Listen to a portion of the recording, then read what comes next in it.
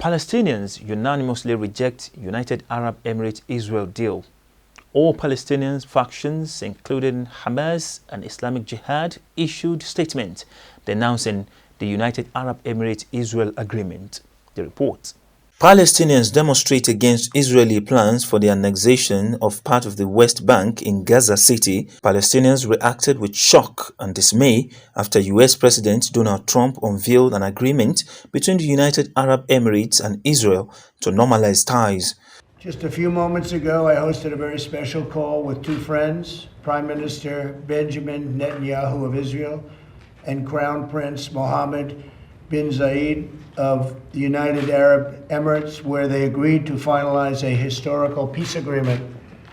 Everybody said this would be impossible. The deal pledges full normalization of relationships between the two countries in the areas of security, tourism, technology, and trade in return for suspending Israel annexation plans in the West Bank.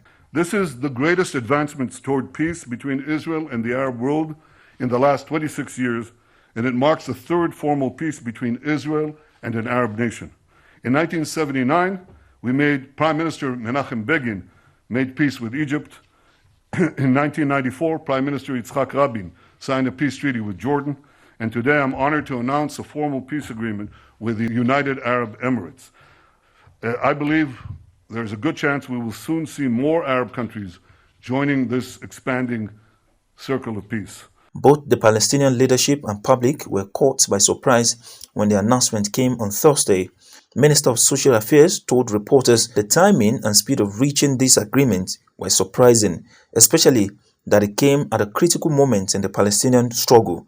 However, the PA and all Palestinian factions, including Hamas and the Islamic Jihad, issued official statements denouncing the UAE Israel agreement. Palestinian leaders who spoke to journalists call it a stab in the back.